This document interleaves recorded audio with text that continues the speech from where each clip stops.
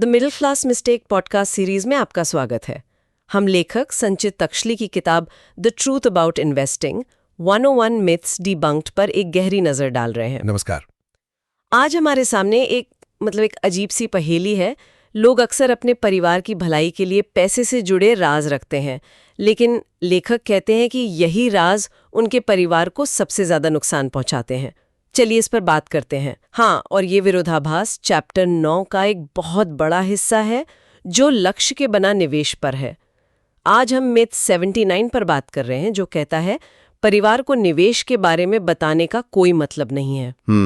ये सोच बहुत आम है कि पर्सनल फाइनेंस मतलब पर्सनल, सिर्फ मेरा मामला। बिल्कुल। और ये एक तरह से समझ में भी आता है।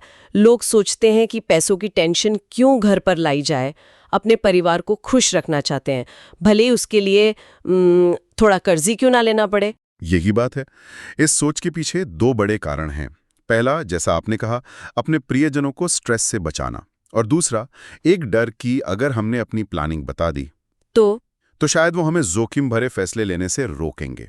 उन्हें लगेगा कि हम परिवार के पैसों से मतलब कोई जुआ खेल रहे हैं। मुझे ये बात थोड़ी अजीब लगती है। सुरक्षा के लिए चुप रहना तो एक स्वाभाविक मानवीय इंस्टिंक्ट है। लेखक इसे एक बहुत बड़ी गलती क्यों कह रहे हैं? क्या इसके इतने बुरे परिणाम होते हैं? इसके परिणाम बहुत गहरे हो सकते हैं।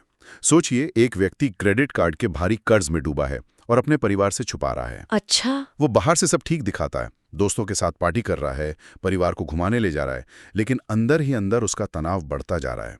ये स्ट्रेस उसकी सेहत और रिश्तों दोनों पर असर डालता है। ओह। लेखक इसी नुकसान की बात कर रहे हैं। ये चुप्पी मदद नहीं बल्कि एक टाइम बम बन जाती है। ठीक है, मैं ये खतरा समझ सकती हूँ, लेकिन इसका दूसरा पहलू भी है। अगर पैसे की बात की तो झगड़े शुरू हो सकते हैं। मान लीजिए मेरे निवेश के फैसले से मेरा पार्टनर सहमत ना हो तो? कुछ परिवारों में तो पैसों को लेकर बहुत ड्रामा होता है। वहां तो शायद चुप रहना ही बेहतर हो। ये एक बहुत ही जायज सवाल है। देखिए, लेखक ये नहीं कह रहे कि आप हर छोटी बड़ी बात पे बहस करें। उनका कहना है कि जिम्मेदारी और तनाव को साझा करें। हाँ, जब आप अपने परिवार को अपनी वित्तीय स्थिति में शामिल करते हैं तो वो भी स्थिति के हिसाब से खुद को ढालते हैं। शायद वे खर्च कम करने में आपकी मदद करें या कोई नया आइडिया दें। ये एक कलेक्टिव प्रॉब्लम सॉल्विंग बन जाता है। वाह! तो मतलब जो हम पर्सनल फाइनेंस कहते हैं वो असल में पर्सनल है ही नहीं। बिल्कुल नहीं। ये तो पूरी तरह से एक पारिवारिक मामला है। ये मेरे लिए आज का सबसे बड़ा टेक अवे है। एग्जैक्टली। और जब ये होता है तब परिवार में वित्तीय साक्षरता यानी फाइनेंशियल लिटरेसी के दरवाजे अपने आप खुल जाते हैं। और ये सिर्फ किताबी बातें नहीं हैं। बिल्कुल नहीं। जब बच्चे देखते हैं कि घर का बजट कैसे बनता है या कोई इन्वेस्टमेंट का फैसला क्यों लिया जा रहा है, तो वे असल जिंदगी में पैसे का मैनेजमेंट सीखते हैं। हाँ, ये बात तो है। वे समझते हैं कि हर इच्छा तुरंत पूरी नहीं हो सकती। यही तो असली फाइनेंशियल लिटरेसी है जो स्कूल में नहीं सिखाई जाती। यह समस्याओं को चुनौतियों में बदल देता है जिन्हें पूरा परिवार मिलकर हासिल कर सकता है। तो आज की चर्चा का सार ये है कि पैसे पर चुप्पी साधना सुरक्षा नहीं बल्कि एक खतरा है।